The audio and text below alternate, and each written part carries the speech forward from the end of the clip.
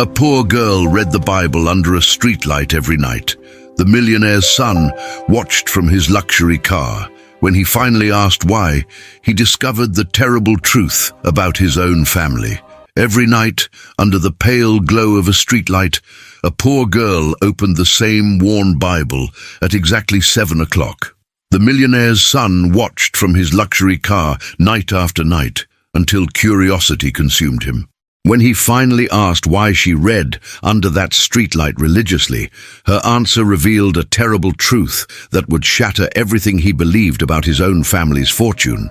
What started as a simple question about faith would lead to a dangerous investigation, family betrayal, and a desperate rescue mission. How could a poor girl's nightly ritual expose the darkest secrets of the city's elite? How would the son of the most respected businessman in town discover that his own father was connected to her mother's mysterious disappearance? The answer lies in a story of two worlds colliding, where wealth meets poverty, where power confronts truth, and where a young man must choose between family loyalty and moral courage. I am the billionaire butler, and these are stories you should never hear. Stories that reveal how the threads of fate can weave together lives from opposite ends of society, creating tapestries of truth that some would kill to keep hidden. Let me take you back to where it all began, under that streetlight, where faith met curiosity and where a simple question would change two lives forever. The morning sun had barely touched the horizon when the city's forgotten square came alive with its daily ritual.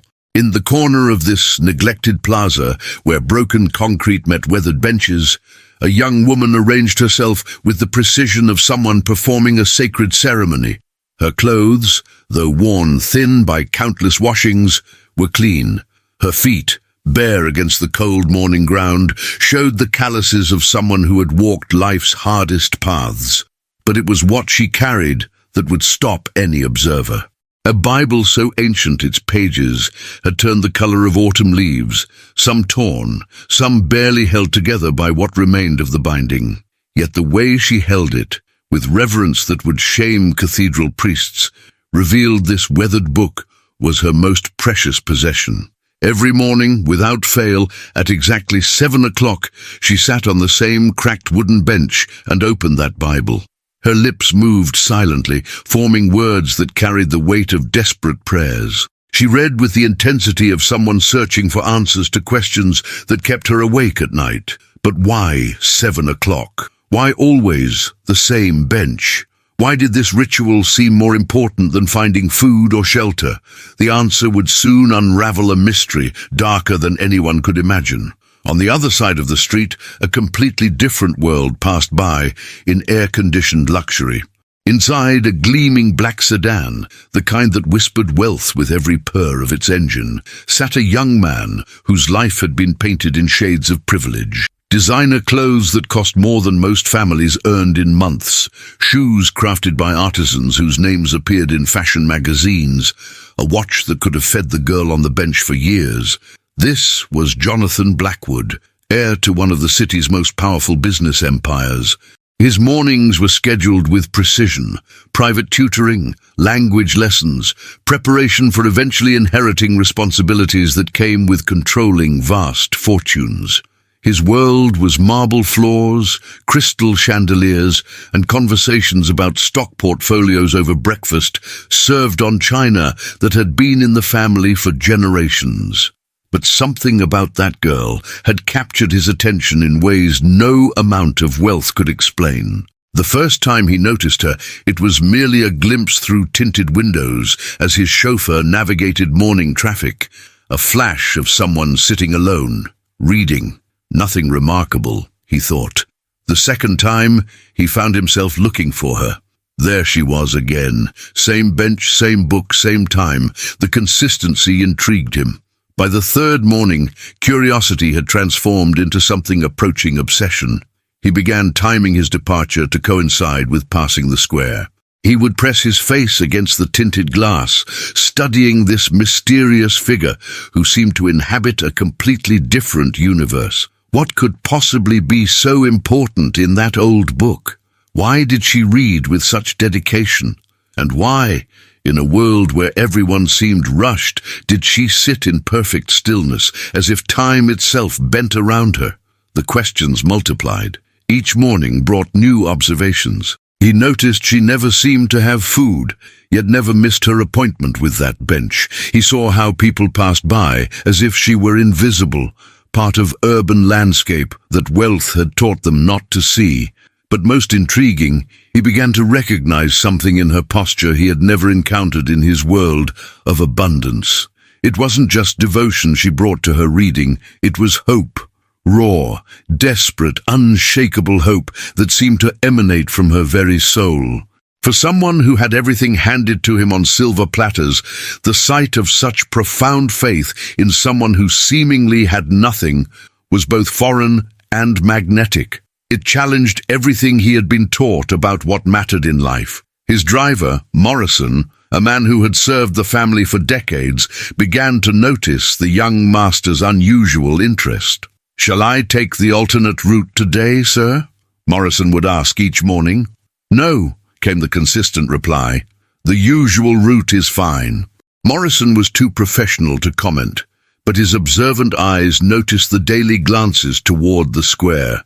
In his years serving the wealthy, he had learned they often developed fascinations with what they considered authentic struggles of the poor. Usually these interests passed like expensive hobbies, but something about his young master's growing preoccupation felt different, more intense, more personal.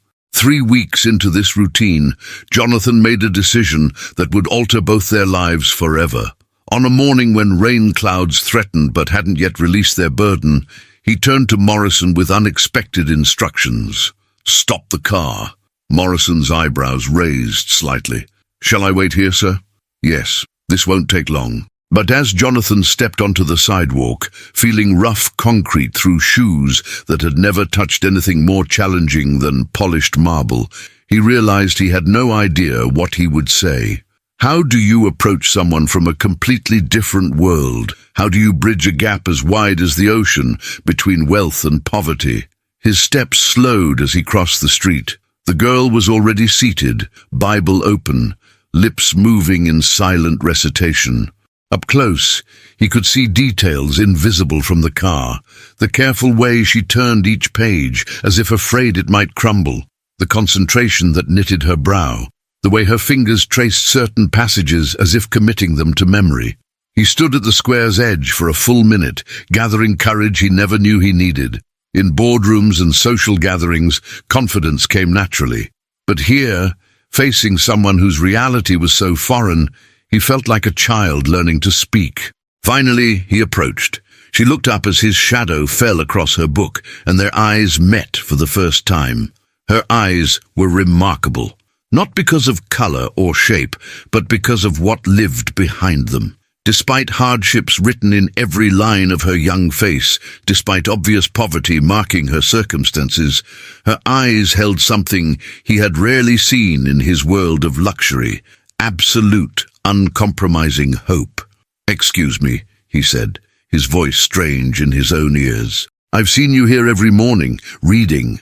I was wondering," he paused, suddenly aware of how his question might sound, "why do you always read at exactly 7 o'clock? She closed her Bible carefully, hands protective of fragile pages. She studied him, taking in his expensive clothes, his obvious privilege, the car waiting with engine running. When she spoke, her voice was soft but steady, carrying weight that seemed impossible for someone her age. Because that's when she left. The simplicity of the answer made it more profound. She, my mother.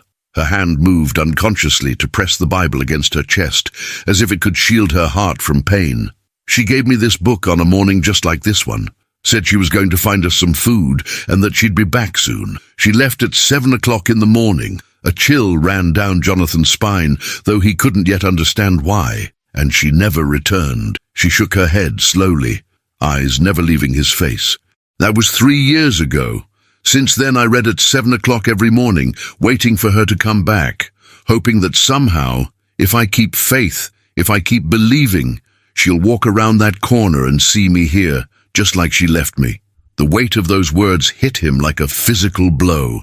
For the first time in his privileged life, he was confronted with pain that no amount of money could fix, a problem that couldn't be solved with family connections or inherited power.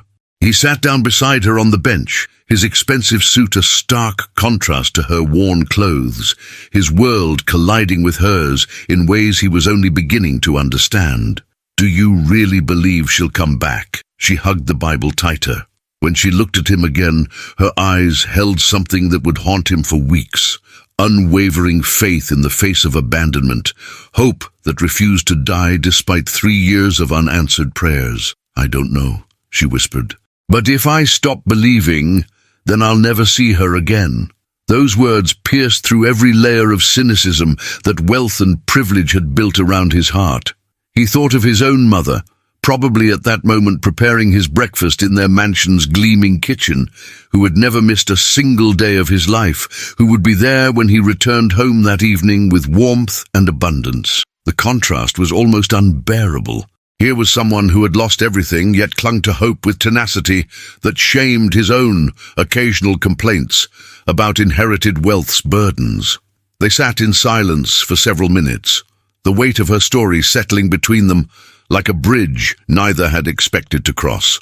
Around them, the city awakened with usual indifference, but somehow the square felt isolated from that harsh reality, a pocket of time where two vastly different worlds had touched. Finally, she spoke again. "Why did you want to know?" It was his turn to be vulnerable, though he had no experience with such exposure. "I've been watching you every morning for weeks.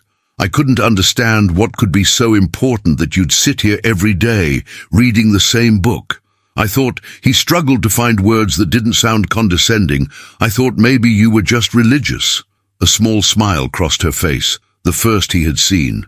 "I am religious, but that's not why I'm here. I'm here because this is where she left me, and this is where she'll expect to find me when she comes back." The logic was heartbreaking in its simplicity. A child's faith preserved in an adult's determination, hope crystallized into daily ritual. "What's your name?" he asked. "Maria. Yours?" "Jonathan." He paused, then added unnecessarily, "Jonathan Blackwood." She nodded as if the name meant nothing, which it probably didn't. In her world, the Blackwood family's business empire and social standing would be as foreign as her daily struggles were to him. "Well, Jonathan Blackwood," she said, opening her Bible again, "thank you for asking. Most people walk by like I'm invisible. You're not invisible." She looked at him with something approaching surprise. "In your world, I probably should be." The observation stung because it was accurate. In his world, people like Maria existed only as statistics in charity reports or faces in newspaper articles about social problems. They weren't real people with real stories and real pain. "Maybe my world is wrong," he said. This time her smile was warmer. "Maybe it is." As he walked back to the car, leaving Maria to her morning ritual, Jonathan felt something fundamental shift inside him. The comfortable certainties of his privileged existence had developed their first crack, and through that crack, light was beginning to seep in.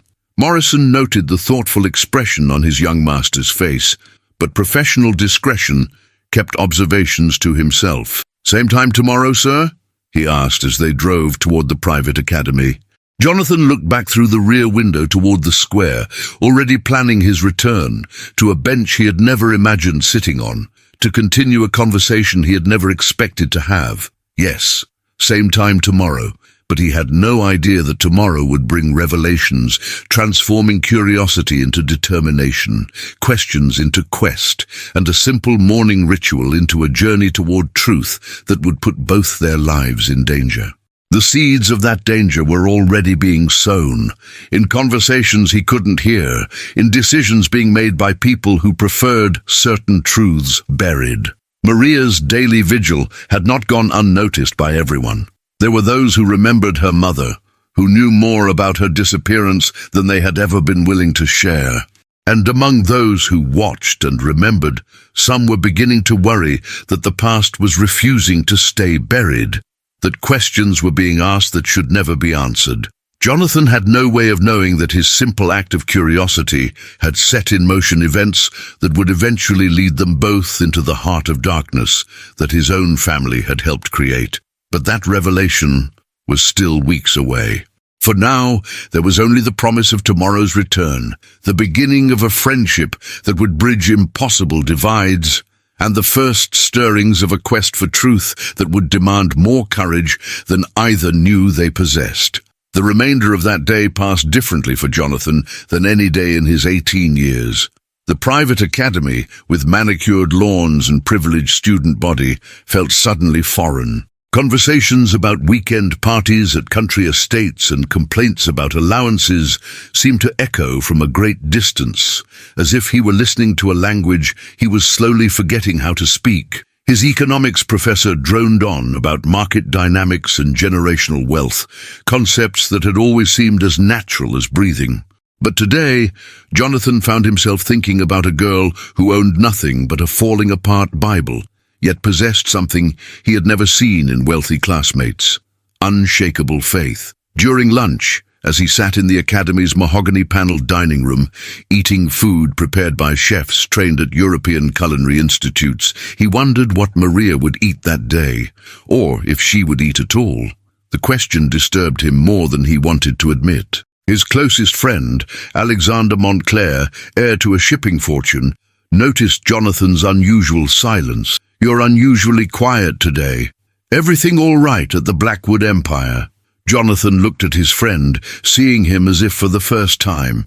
Alexander was handsome in the way money polishes people, educated in finest schools, destined for a life of comfort and influence. They had been friends since childhood, bonded by similar circumstances and expectations. But today, something about Alexander's casual assumption that problems could only exist within their rarefied world irritated Jonathan. "Have you ever wondered about people outside?" Alexander paused mid-bite. "Outside what? Outside this? The academy? Our families? Our world? Have you ever wondered what their lives are actually like?" A look of mild concern crossed Alexander's features. "Are you feeling all right? You sound like you're having some sort of social conscience crisis." The dismissive tone that would once have amused Jonathan now felt callous. "Maybe I am. Well, snap out of it. Our parents didn't build empires so we could feel guilty about success. There are people whose job it is to worry about the unfortunate.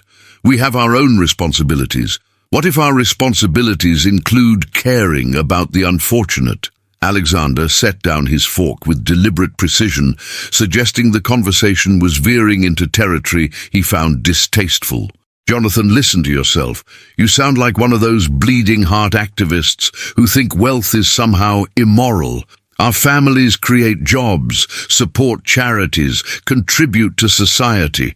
We don't need to personally involve ourselves with every sob story in the city." The words stung because they echoed lessons Jonathan had been taught his entire life. The wealthy had obligations, yes, but those obligations were financial, not personal. Write checks to appropriate charities, attend fundraising galas, support political candidates who maintained favorable business climates. Personal involvement with the actual poor was seen as both impractical and potentially dangerous. But sitting in that dining room, surrounded by trappings of inherited privilege, Jonathan found those lessons ringing hollow. The afternoon brought more of the same. Classes designed to prepare him for taking over portions of his father's business empire, discussions about investment strategies and market expansion, conversations that assumed his place in a world where money created more money in an endless, effortless cycle. Yet underneath it all, a new current was running, a voice asking questions that had never occurred to him. What about people for whom money didn't create more money? What about those for whom there was no safety net of inherited wealth? What about girls who sat on park benches, holding on to faith as their only possession? When Morrison arrived to collect him at day's end, Jonathan felt relief. The familiar luxury of the car, which had always seemed normal, now felt almost obscene after his morning encounter with Maria's reality. "Home, sir?" Morrison asked. Jonathan considered the question. Home meant the Blackwood Mansion, with 37 rooms, staff of 12, art collection, that could fund a small city's education budget. Home meant his mother asking about his day, while servants prepared dinner in a kitchen larger than most people's entire living spaces. Home meant his father reviewing business documents that moved millions with the stroke of a pen. Actually, could we drive past the square again? Morrison's eyes met his in the rearview mirror. Of course, sir. They drove in comfortable silence through the city's transitional neighborhoods, where wealth gradually gave way to working-class respectability, which in turn faded into the kind of poverty the wealthy preferred to think existed only in distant countries. The square was different in afternoon light, less abandoned, more obviously forgotten. The bench where Maria had sat that morning was empty now, but Jonathan found himself wondering where she went during the rest of the day. Did she have a home, family besides the missing mother? How did someone survive in the city with nothing but faith and a disintegrating book? Sir? Morrison's voice was gentle, but carried a note of professional concern. Your parents will be expecting you for dinner. Jonathan nodded, but his eyes remained fixed on the empty bench. Morrison, can I ask you something? Of course, sir. In all your years working for my family, have you ever seen my father interact with people like the ones who live around here? Morrison considered the question carefully.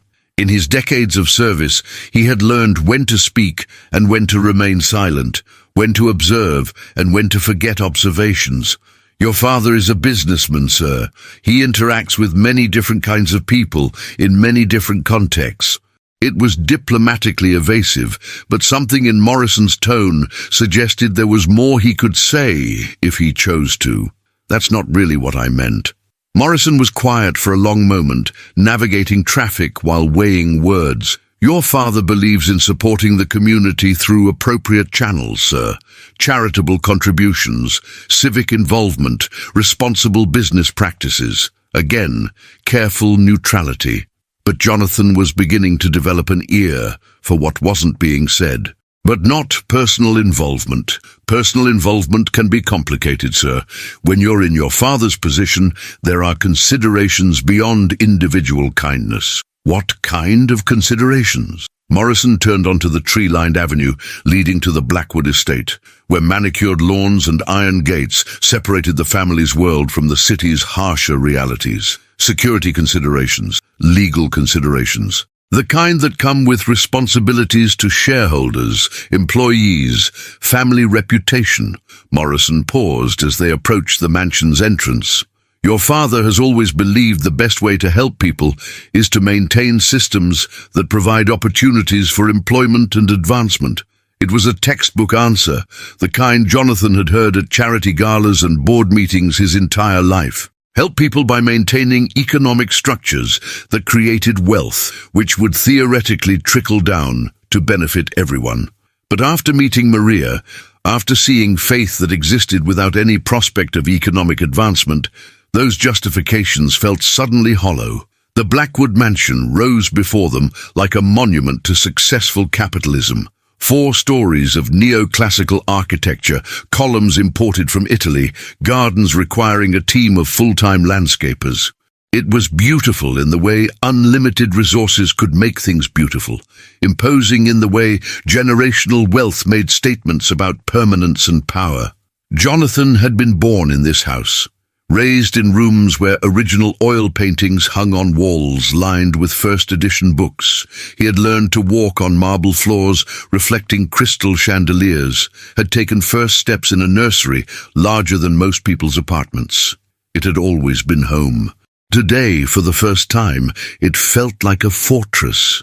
As Morrison pulled up to the circular drive, Jonathan saw his father's car already parked beneath the covered entrance. Richard Blackwood was home early, which usually meant important business matters requiring attention. Thank you, Morrison. Of course, sir. Same time tomorrow morning? Jonathan looked back at the driver, noting something in his expression that might have been understanding, approval, or merely professional curiosity. Yes. Same time tomorrow. He walked through the mansion's front doors, past the foyer with imported marble and crystal fixtures, up the grand staircase with hand-carved banister, toward his room, and evening rituals of privilege. But his mind remained on a park bench with a girl who owned almost nothing, yet somehow possessed everything that really mattered. He had no way of knowing that his father was at that very moment concluding a business call that would make tomorrow's visit to the square far more complicated than he could imagine. Dinner at the Blackwood mansion was served in a dining room that could accommodate 20 guests comfortably, though tonight it was just 3 family members seated at a table handcrafted in France during the previous century. Crystal glasses caught light from a chandelier that had once hung in a European palace. China plates bore the family crest, a tradition tracing back 5 generations of accumulated wealth. Jonathan's mother, Catherine Blackwood, was the picture of refined elegance.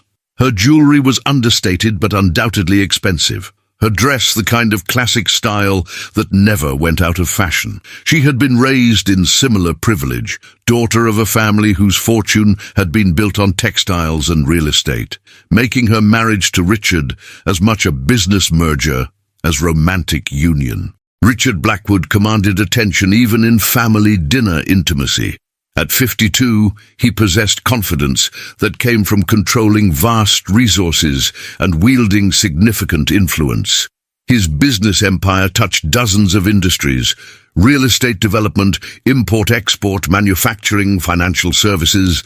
Politicians took his calls, competitors respected his moves, and employees either feared or revered him. Conversation, as usual, centered on matters relevant to maintaining and expanding the family's position. The Henderson Charity Gala is next week, Catherine mentioned, as the first course was served by staff who moved with invisible efficiency. We need to decide on an appropriate contribution level. What's the cause this year? Richard asked, though his tone suggested the specific cause mattered less than social and business networking opportunities. Children's literacy, I believe. Or perhaps childhood nutrition, something involving children in need. Jonathan found himself paying attention in a way he never had before. Where do the donations actually go? Both parents looked at him with mild surprise. To the organization's programs, presumably, his mother replied. The Hendersons are very reputable. They wouldn't be involved with anything questionable. But do we ever see where the money ends up? Do we know if it actually helps specific children? Richard set down his fork with deliberate precision that usually preceded important pronouncements. Jonathan, charitable giving isn't about tracking individual outcomes. It's about supporting institutions that address social problems systematically. Our role is to provide financial resources to qualified organizations, not to personally involve ourselves in implementation. But what if personal involvement would be more effective?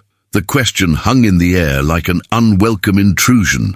Catherine and Richard exchanged the kind of glance married couples use to communicate without words.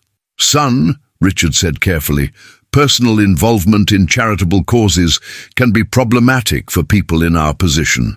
It creates unrealistic expectations, opens doors to exploitation, and can compromise business relationships that enable us to be charitable in the first place. Compromise them how?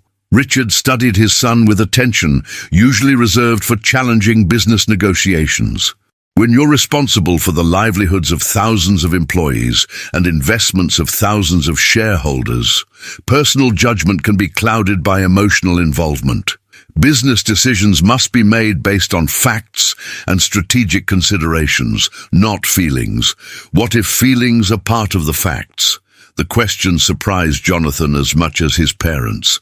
He hadn't planned to challenge his father's philosophy, but something about the morning's encounter with Maria had shifted his perspective. Feelings, Richard said with slight edge, are luxuries that people in our position cannot afford when making decisions affecting so many other people's lives. But what about people whose lives are affected by our decisions?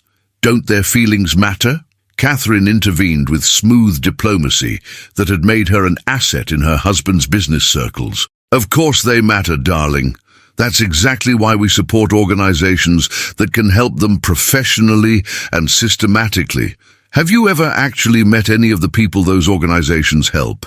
The silence that followed was different from usual conversational pauses. It carried weight, tension, the sense that Jonathan had ventured into territory his parents found uncomfortable. "Jonathan," his father said finally, "these questions suggest you've been exposed to some idealistic influences. Is this coming from the academy?" "No, it's coming from something I saw today." Richard's business instincts activated, the same alertness serving him in boardroom negotiations. "What did you see?" Jonathan hesitated, suddenly aware that sharing Maria's story might expose her to unwanted attention. But his parents' evasive answers about charitable involvement had created frustration, demanding expression. "I met someone who's been waiting 3 years for her mother to come back. She sits in the city square every morning, reading a Bible that's falling apart, hoping that if she maintains faith, her mother will find her." The effect of these words on his parents was immediate and notable. Catherine's hand tightened almost imperceptibly around her wineglass. Richard's expression shifted into what Jonathan recognized as his father's version of controlled alertness, the look he wore when business situations required careful handling. "Where did you meet this person?" Richard asked, voice carefully neutral. "In the square near Morrison's usual route. I asked him to stop so I could talk to her. You got out of the car to talk to a homeless person." Catherine's voice carried horror she tried unsuccessfully to disguise as concern. "She's not homeless. At least, I don't think she is. She's just someone who lost her mother and is waiting for her to come back." Richard's fork remained suspended halfway to his mouth. "Did she tell you how her mother disappeared?"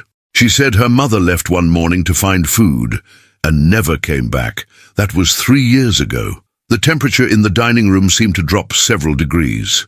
Jonathan noticed his parents exchanging another wordless communication, but this time the expression contained elements he couldn't interpret. Concern, certainly, but also something that might have been fear, guilt, or recognition. "Son," Richard said slowly, "you need to understand that people in desperate situations sometimes create stories that aren't entirely accurate. Homeless individuals, people struggling with mental health issues, drug addicts, they often develop narratives that make their circumstances seem more sympathetic than they actually are. She didn't seem like any of those things. She seemed like someone who lost her mother and refuses to give up hope." "The city is full of people with sad stories," Catherine added. "Many are looking for wealthy individuals who might be sympathetic. You need to be very careful about who you trust." Jonathan felt a flash of anger, surprising in its intensity. "She didn't ask me for anything. She didn't even know who I was. She was just sitting there reading her Bible, the same way she's been doing every morning for 3 years. "How do you know it's been every morning for 3 years?" Richard asked sharply. "Because that's what she told me. And you believe her. Why would she lie about something like that?" Richard set down his utensils completely and leaned back, studying his son with focused attention that had made him successful in business negotiations. "Jonathan, I'm going to give you advice that will serve you well in life. People lie about things like that because sympathy is a valuable commodity. Wealthy young men are particularly vulnerable to manipulation by individuals who present themselves as victims of circumstances beyond their control. So you think she's lying about her mother disappearing? I think you don't have enough information to know what's true, and I think your compassionate instincts, while admirable, could put you in situations dangerous both personally and for the family." The conversation was moving in directions Jonathan hadn't anticipated, touching on themes that made him uncomfortable for reasons he couldn't articulate. Dangerous? How? Richard and Catherine exchanged yet another significant glance, and this time Jonathan was certain he detected something like alarm.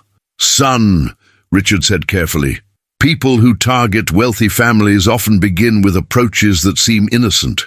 A sad story, a request for small help, an appeal to moral conscience. But these initial contacts can escalate into demands for money, threats to reputation, even physical danger. She didn't make any demands. She didn't threaten anything. She just answered my question about why she reads her Bible every morning. "This time," Catherine said, "but if you continue these interactions, her expectations and demands will likely increase." Jonathan felt growing frustration beginning to transform into something approaching anger. His parents seemed determined to interpret his encounter with Maria through the lens of potential exploitation rather than genuine human connection. What if she's telling the truth? What if her mother really did disappear while looking for food? Doesn't that make it more important to help, not less? The silence that followed was the evening's longest. Richard stared at his son with an expression that seemed to contain calculation, assessment, and something that might have been regret. "Jonathan," he said finally, "there are aspects of how the world works that you don't yet understand. Business, politics, social dynamics, they're all more complicated than they appear on the surface. Sometimes what looks like simple human suffering is actually part of larger, more complex situations." "What kind of complex situations?" Richard paused, clearly weighing words carefully. "The kind that can't be solved by individual charitable impulses and shouldn't be investigated by inexperienced young men." The warning was subtle but unmistakable. Jonathan felt a chill that had nothing to do with the mansion's air conditioning. "Are you telling me not to see her again?" "I'm telling you to be very careful about the kinds of people you involve yourself with and situations you put yourself in. Our family's position comes with responsibilities and vulnerabilities you may not fully appreciate. Is that a yes or a no?" Richard's expression hardened into the look Jonathan recognized from childhood moments when his father's authority was challenged. "It's an expectation that you will use the judgment we've tried to teach you and avoid situations that could compromise your safety or the family's reputation." Jonathan felt the weight of that expectation settling around him like a straitjacket.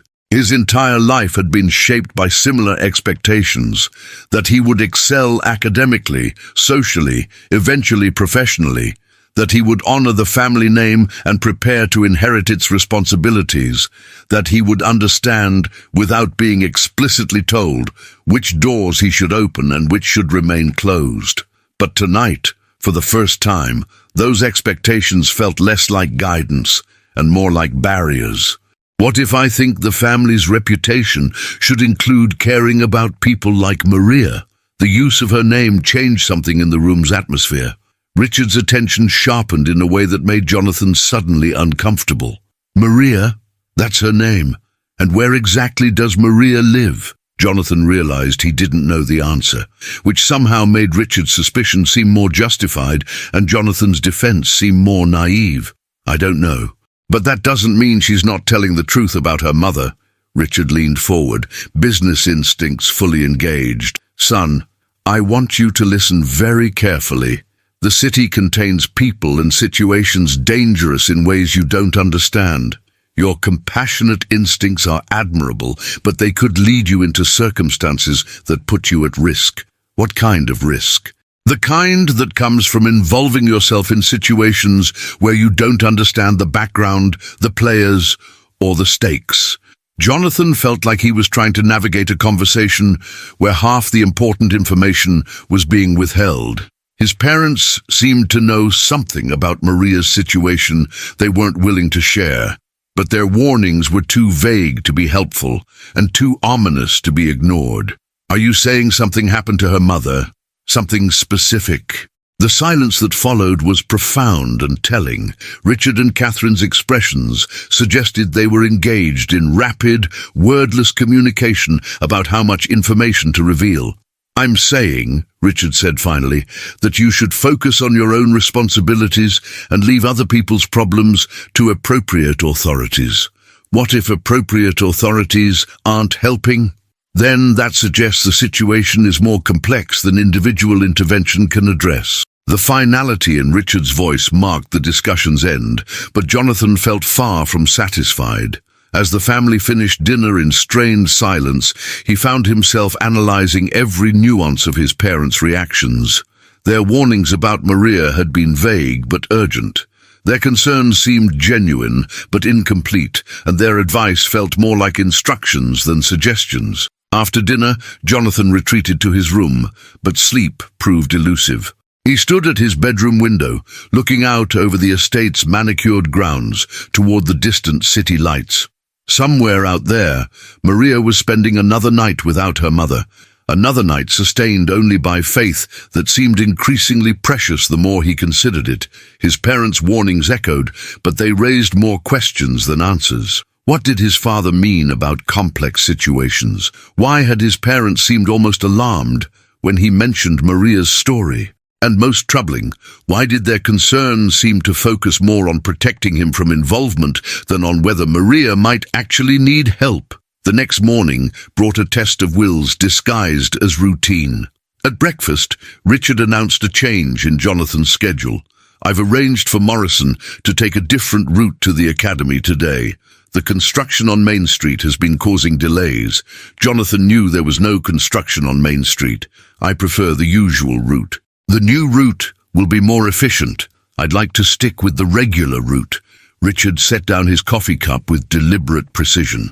"Jonathan, we discussed this last night. It's time to focus on your own responsibilities rather than pursuing distractions that serve no productive purpose." The word distractions stung because it reduced Maria's daily vigil to something trivial, her faith to something inconsequential. Meeting someone who's been waiting 3 years for her mother to return doesn't feel like a distraction. It is, if it interferes with your education and development. Catherine attempted to soften the confrontation with maternal concern. "Darling, we're not saying you can't care about people less fortunate. We're just suggesting there are more appropriate ways to express that care, like writing checks to charities we never follow up on." The edge in Jonathan's voice surprised all three of them. He had never challenged his parents' approach to philanthropy so directly. Like supporting institutions that have expertise and resources to address complex social problems systematically, Richard replied, patience clearly strained. "What if the institutions aren't working? What if people are falling through cracks? Then that's a policy problem needing to be addressed through proper channels, not individual intervention by inexperienced young men." Jonathan felt trapped between his growing conviction that Maria deserved help and his parents' increasingly rigid insistence that such help was inappropriate, dangerous, or both. "I'm going to be late for school," he said, standing from the breakfast table. "Remember," Richard called after him, "new route today." Jonathan nodded without turning around, but his agreement was strategic rather than sincere. 20 minutes later, as Morrison navigated through traffic, Jonathan made his move. "Morrison, could you pull over for a moment?" The driver's eyes met his in the rearview mirror. "Is everything all right, sir? I need to make a quick stop. Personal business." Morrison hesitated, clearly aware of family dynamics at play. "Your father mentioned the new route today, sir. This will only take a minute." The professional discretion that had served Morrison well during decades of service to wealthy families was being tested. He could follow explicit instructions from his employer or honor the implicit request from the employer's son. Both choices carried risks. "Sir," he said carefully, "I don't want to put you in a difficult position with your family." "You're not putting me in a difficult position, Morrison. I'm choosing to be in this position." The distinction seemed to matter to the driver. After a moment's consideration, he changed direction toward the familiar square. "5 minutes, sir?" 5 minutes. Maria was there, as Jonathan had known she would be. Same bench, same Bible, same quiet concentration. But this morning, something about her posture suggested greater fragility, as if the weight of her vigil was becoming harder to bear. Jonathan approached more confidently than he had the day before, his resolve strengthened by his parents' opposition rather than weakened by it. "Good morning, Maria." She looked up and smiled, the expression transforming her face in ways that reminded Jonathan of sunrise after a long night. "You came back. I said I would. People say lots of things they don't mean." The observation contained depths of experience someone her age shouldn't have possessed. Jonathan sat beside her on the bench, noting details he had missed the previous day. The careful way she had mended tears in her clothes, the cleanliness that spoke of effort and pride despite obvious poverty, the tenderness with which she handled the disintegrating Bible. How long do you usually stay here each morning? He asked. Until I've read 3 chapters. That's what she and I used to do together before. Maria's voice trailed off, but she recovered quickly. Usually about an hour. And then, where do you go? At different places. The library sometimes, they let you sit inside as long as you're quiet, or the park by the river. Sometimes the church on 5th Street opens early, and Father Miguel lets me help clean. A picture began forming in Jonathan's mind of a life carefully constructed around survival and hope in equal measure. Maria wasn't homeless exactly, but her life was clearly precarious in ways his privileged existence had never prepared him to understand. Do you have other family? Anyone who helps you? Maria's hands tightened slightly on the Bible. There's Mrs. Rodriguez, who lets me sleep in her back room sometimes when it's really cold. She has 8 kids of her own, though, so I try not to impose. And Mr. Chen at the corner store sometimes lets me sweep up in exchange for food. But no actual family, just my mother. And she'll be back. The faith in those words was absolute, despite 3 years of evidence to the contrary. Jonathan found himself simultaneously awed by such persistence and heartbroken by its necessity. Maria, he said carefully, have you ever tried to find out what happened to her? Filed a police report? Asked people in the neighborhood? For the first time since he had known her, Maria's composure wavered. Her grip on the Bible became protective, defensive. The police said she probably just left. They said mothers do that sometimes when they can't handle the responsibility anymore. But they're wrong. She wouldn't leave me. She promised she would come back. The pain in her voice was raw, immediate, as fresh as if the abandonment had happened yesterday rather than 3 years ago. What if she didn't leave voluntarily? What if something happened to her? Maria turned to look at him directly, and Jonathan saw something in her eyes he had missed before. Fear. I've thought about that, she whispered, but thinking about it doesn't help. If something bad happened to her, then sitting here won't bring her back. If she left because she wanted to, then sitting here won't bring her back. The only possibility that makes sitting here worthwhile is if she's trying to come back but can't find me. The logic was heartbreaking in its simplicity, but it also revealed a mind that had considered every possibility and chosen the only one that allowed for hope. What if there was a way to find out what really happened? Maria studied his face with an intensity that made Jonathan suddenly aware of how little he understood about her world and its dangers. People who ask too many questions about disappeared mothers sometimes disappear themselves, she said quietly. The words hit Jonathan like cold water. What do you mean? I mean, there are reasons why the police don't investigate very hard when poor mothers go missing. I mean, there are people in this city who profit from desperate women making bad choices. I mean that asking questions can be dangerous if you ask them to the wrong people. Jonathan felt pieces of a puzzle clicking into place, but the emerging picture was darker than he had anticipated. His parents' warnings the night before suddenly seemed less like overprotective paranoia and more like informed concern. Do you know who the wrong people are? Maria glanced around the square, checking for observers with the kind of automatic caution that spoke of learned wariness. I know that wealthy families sometimes know things about what happens to poor people that they don't share with anyone else. I know that businesses sometimes operate in ways that don't appear in official records. And I know that people who try to expose those things can find themselves in situations they never intended to be in. Are you saying my family might know something about what happened to your mother? The directness of the question seemed to surprise Maria. She studied Jonathan's face, weighing something he couldn't identify. I'm saying that wealthy people and poor people live in the same city but not in the same world. And sometimes things that happen in one world are invisible to the other world, even when they're connected. Jonathan felt the ground shifting beneath his assumptions about his family, his city, and his own place in both. The safe, ordered world of inherited privilege was beginning to reveal cracks that suggested deeper fractures. If there was a way to find out what really happened to your mother, would you want to know, even if the truth was difficult? Maria closed her Bible carefully, her decision clearly made. I've been waiting 3 years for her to come back. If she can't come back, then yes, I want to know why, even if the truth is difficult." Jonathan looked at this remarkable young woman, who possessed courage he wasn't sure he could match, faith that shamed his own comfortable certainties, and wisdom born from circumstances he was only beginning to understand. "Then maybe we should try to find out together." The words surprised him as much as they surprised Maria. He hadn't planned to make such a commitment, hadn't thought through implications or consequences. But sitting on that bench, looking into eyes that held 3 years of hope and loss, he found that some decisions made themselves. Maria studied his face for a long moment, searching for something she apparently found. "Are you sure?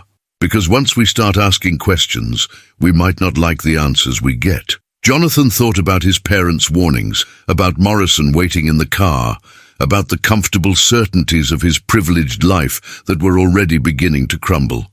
"I'm sure." Maria opened her Bible to a page marked with a pressed flower, now brown with age. "Then we start here," she said, pointing to a verse underlined in fading pencil. "The truth will set you free. But first, it might make you very uncomfortable." As Jonathan read those words, he realized he was crossing a line that would change everything. On one side was the safe, predictable world of inherited wealth and unquestioned privilege. On the other side was a journey toward truth that might cost him everything he had been taught to value. But looking at Maria, seeing the hope that had sustained her through 3 years of daily vigil, he knew there was really no choice at all. The truth was calling. And despite his privileged upbringing, despite his parents' warnings, despite every instinct telling him to retreat to safety, Jonathan Blackwood was going to answer that call. What he didn't know was that his decision to help Maria would soon reveal connections between his family's wealth and her mother's disappearance that would shake the foundations of everything he believed about the world and his place in it. The investigation was about to begin, and with it, a journey into darkness that would test every assumption about justice, family loyalty, and the real cost of keeping terrible secrets. Morrison was pointedly checking his watch when Jonathan returned to the car, but his expression suggested concern rather than irritation. "Everything all right, sir?" "Yes, Morrison. Thank you for waiting." As they drove toward the academy, Jonathan found himself studying the familiar cityscape with new eyes. Buildings that had always seemed like neutral urban architecture now appeared to carry secrets. People on sidewalks looked like they might have stories that intersected in ways he had never considered. The clean separation between wealthy neighborhoods and struggling areas seemed less like natural economic organization and more like deliberate isolation. "Morrison," he said as they waited at a traffic light, "how long have you worked for my family?" 23 years, sir. In that time, have you ever heard my father discuss issues related to missing persons? People who disappear from the city?" Morrison's hands tightened almost imperceptibly on the steering wheel. "Sir, I'm not sure that's the kind of question I should answer. I'm not asking you to betray any confidences. I'm just wondering if the topic has ever come up in conversations you've overheard." The light changed, and Morrison drove in silence for several blocks before responding. "Your father's business interests are extensive, sir. Many different kinds of situations arise that require his attention. Some involve people, some involve properties, some involve regulatory matters." "That's not really an answer, Morrison." "No, sir, it's not." The honesty of that admission was more revealing than any specific information could have been. Morrison was clearly aware of things he couldn't or wouldn't discuss, which suggested Jonathan's growing suspicions were not entirely unfounded. At the academy, Jonathan went through the motions of classes, but his attention was elsewhere. During literature, while his professor discussed themes of social justice in classic novels, Jonathan found himself thinking about real-world applications. During economics, while learning about market dynamics and resource allocation, he wondered about people who fell outside those formal systems. During lunch, Alexander again noticed his friend's distraction. "You seem preoccupied. Everything all right at home?" Jonathan considered how to answer. "I've been thinking about responsibility." "What kind of responsibility?" "The kind that comes with privilege, what we owe to people who don't have the advantages we do." Alexander rolled his eyes. "You're still on that social conscience kick. I thought you might have gotten that out of your system." "What if it's not something to get out of my system? What if it's something I should be paying more attention to?" "Jonathan, listen to yourself. We're 18 years old. We don't owe anything to anyone except our families and our own futures. There are professionals who handle social problems. Our job is to prepare ourselves to contribute to society in ways that utilize our advantages effectively." The casual dismissal of obligation to anyone outside their immediate circle irritated Jonathan. What if the ways we've been taught to contribute aren't actually helping people who most need help? Then that's a problem for social workers and politicians to solve, not us. But what if social workers and politicians can't solve it because the problem is connected to the way people like us operate? Alexander set down his fork and studied Jonathan with something approaching alarm. "You're starting to sound like one of those people who think wealth is automatically evil. Our families create jobs, support charities, contribute to economic growth that benefits everyone. We don't need to feel guilty about success." I'm not talking about guilt. I'm talking about responsibility. The responsibility is to use our advantages wisely, not to personally involve ourselves with every sob story in the city. The phrase sob story made Jonathan think of Maria, sitting on her bench with 3 years of hope and loss written in every line of her posture. The casual dismissal of her situation revealed how completely Alexander missed the point. What if it's not a sob story? What if it's an actual injustice we have the power to address? Then address it through appropriate channels. Make a donation, support relevant legislation, vote for politicians who share your concerns. But don't personally involve yourself with people whose situations you don't understand and can't control. The conversation was going in circles, but it was clarifying something important for Jonathan. His growing sense of obligation was not shared by his peers, and his questions about family responsibility were not welcome in his usual social circles. That afternoon, instead of participating in the academy's optional activities, Jonathan asked Morrison to drive him to the city's main library. If he was going to help Maria investigate her mother's disappearance, he needed to understand the context better. The library's periodical section contained years of local newspapers. Jonathan began with the time period around Maria's mother's disappearance, looking for stories about missing persons, particularly missing women. What he found was disturbing. Over the past 5 years, dozens of women had been reported missing in the city. Most were poor. Many were single mothers, and almost all cases had been closed with minimal investigation. The pattern was consistent: initial missing person reports, brief police investigations that found no evidence of foul play, and eventual classification as voluntary departures.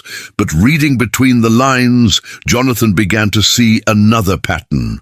Many of the missing women had been desperate, facing eviction, unable to feed their children, struggling with circumstances that might make them vulnerable to people offering quick solutions to immediate problems. He spent hours copying information, taking notes, building a timeline that began to suggest something more systematic than individual tragedies. The picture that emerged was of women disappearing from a city that seemed remarkably unconcerned about their fates. When Morrison came to collect him, Jonathan's perspective on his city had fundamentally changed. What he had always seen as a place where hard work was rewarded and success was possible now looked like a place where desperation was exploited and disappearances were ignored.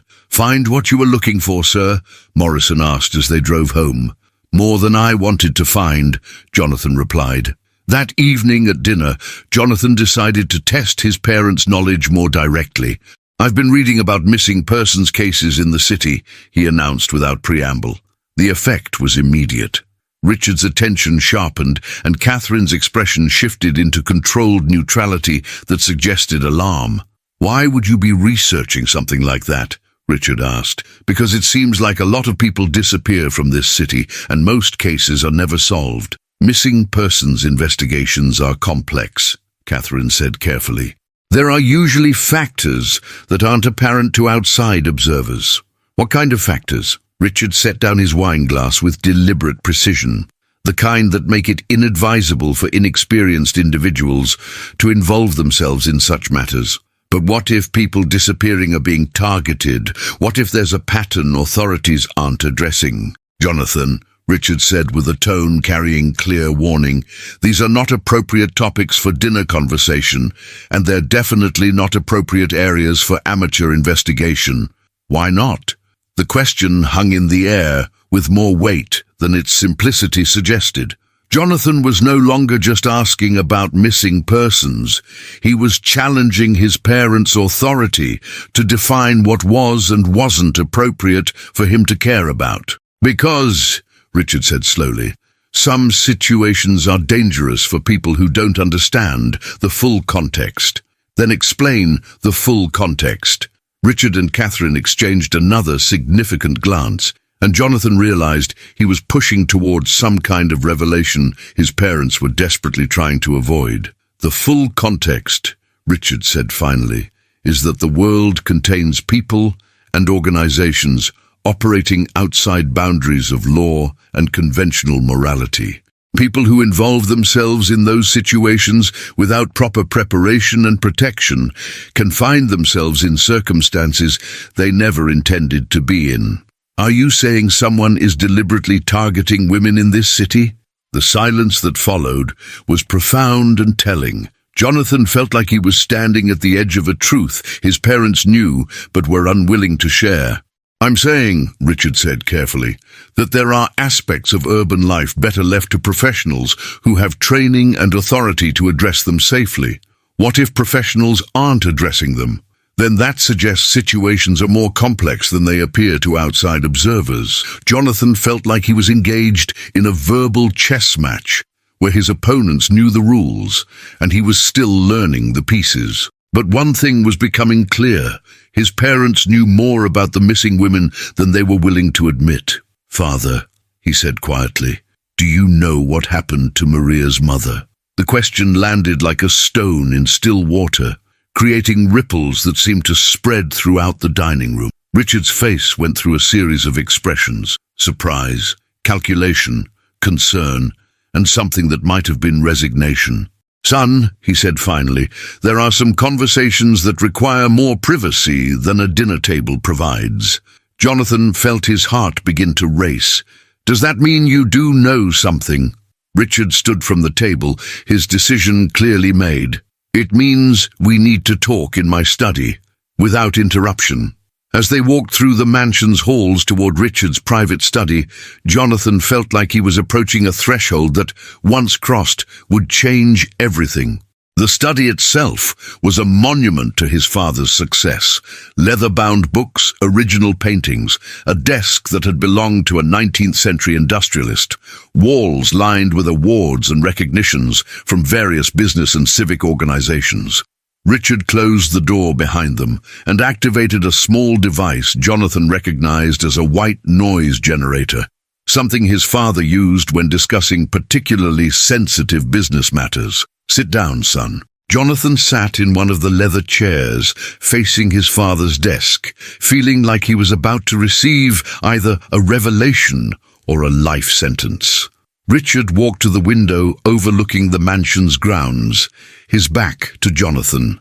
When he spoke, his voice carried weight Jonathan had never heard before. What I'm about to tell you is information that could put you in serious danger if shared with the wrong people.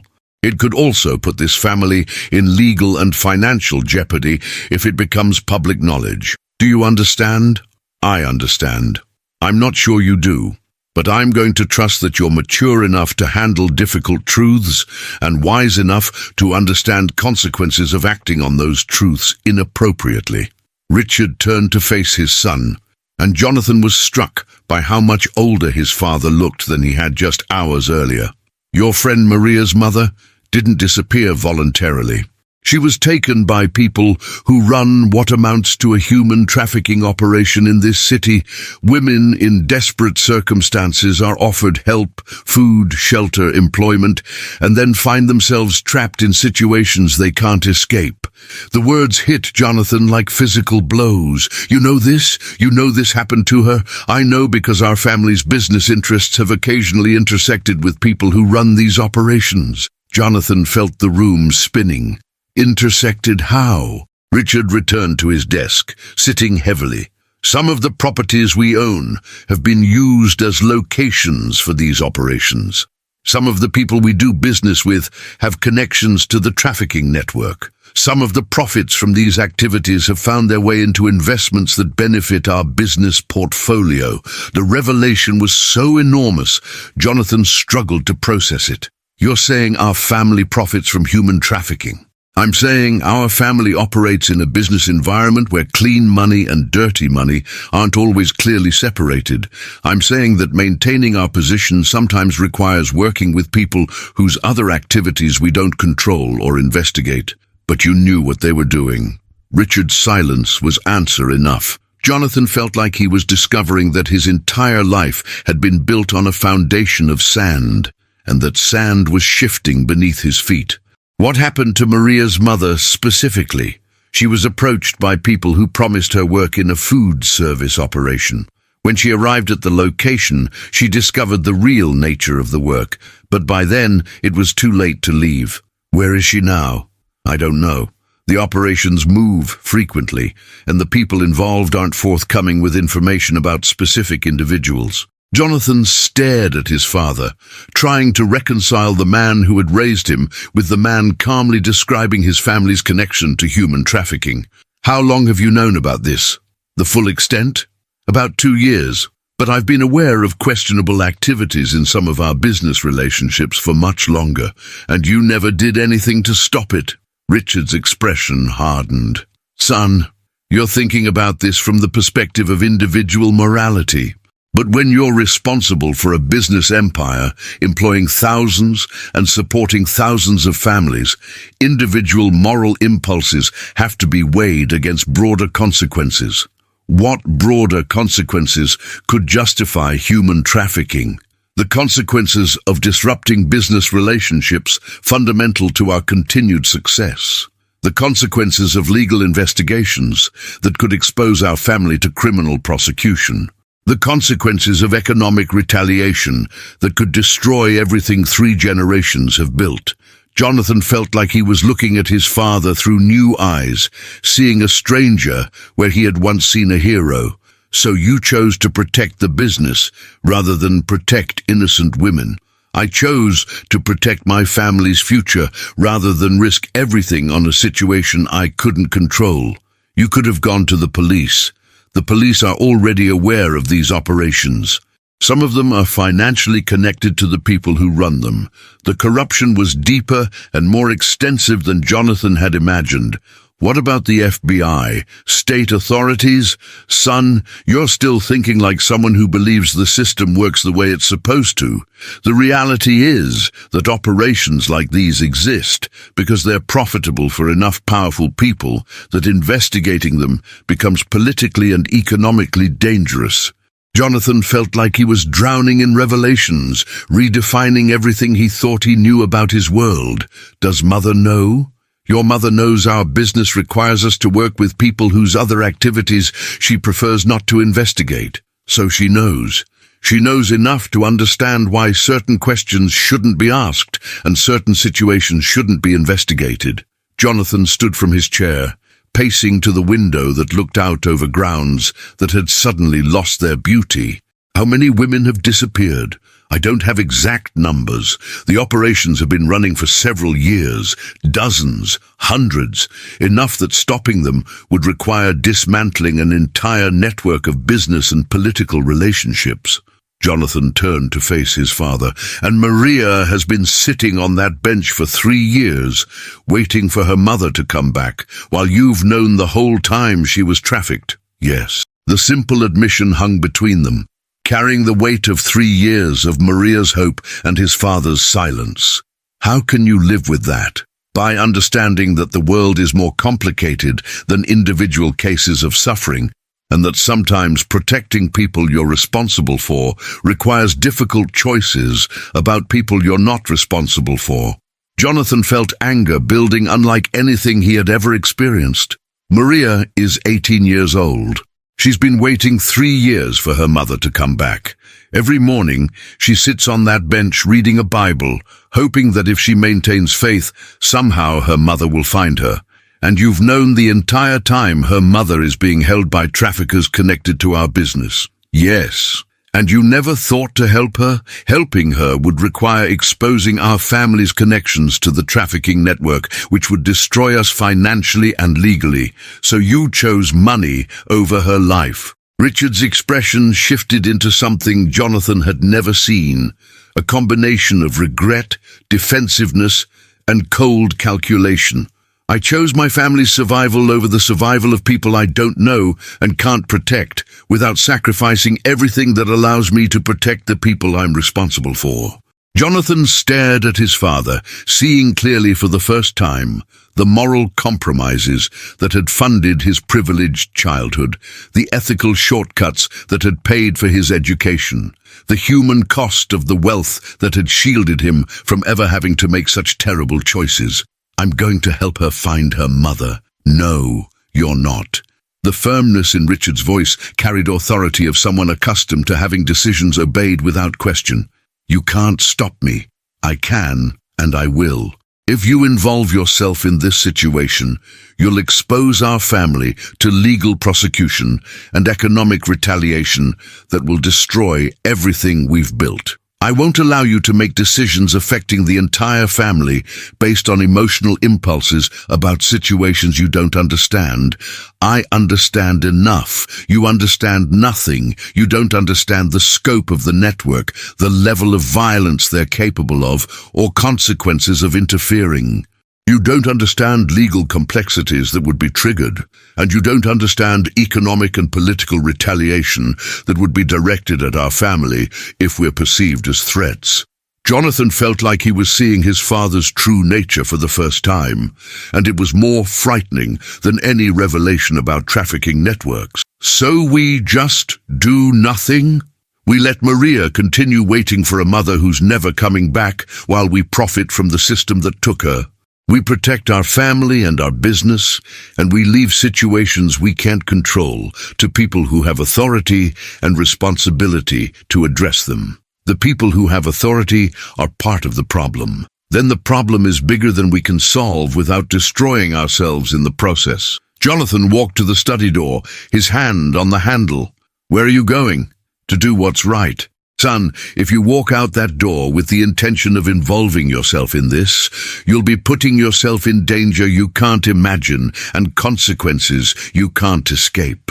Jonathan turned to look at his father one last time. Maybe some consequences are worth accepting. Not these consequences. These consequences include the real possibility that you'll end up like Maria's mother, disappeared, untraceable, and beyond any help money or influence can provide. The threat was clear, but it only strengthened Jonathan's resolve. Then I guess I'll have to be very careful. He opened the door and walked out, leaving behind the world of inherited privilege and entering a world where moral choices carried real costs and right and wrong weren't subject to economic calculation. Behind him, he heard his father making a phone call, but he didn't stop to listen. Whatever protection or retaliation his father was arranging, Jonathan was committed to a path that led toward Maria and away from the comfortable compromises that had funded his entire life. The next morning would bring the real beginning of their investigation, and with it, dangers that would test every assumption about justice, family loyalty, and the price of confronting evil.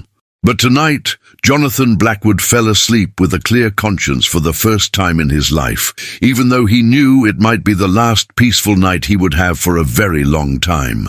If this story of courage, faith, and the fight for justice moved you, please show your support by giving this video a thumbs up. Your like tells me that stories of hope and determination matter to you, and it helps this message reach others who might need to hear it. And if you believe that truth and courage should never be silenced, subscribe to this channel and ring that notification bell. Because there are more stories like this one, stories of ordinary people who chose extraordinary courage, stories of the powerful being held accountable, stories that reveal how the threads of justice are woven by those brave enough to pull them. Share this story with someone who needs to remember that no situation is hopeless when people refuse to give up on each other. Comment below if you've ever had to choose between comfort and conscience. Your story might inspire someone else to find their own courage. Remember, my friends, in a world where darkness often seems overwhelming, it is the light of individual courage that illuminates the path forward. Until our next encounter with truth, this is your billionaire butler, reminding you that the most valuable inheritance you can leave is not what you accumulated, but what you sacrificed for others' freedom.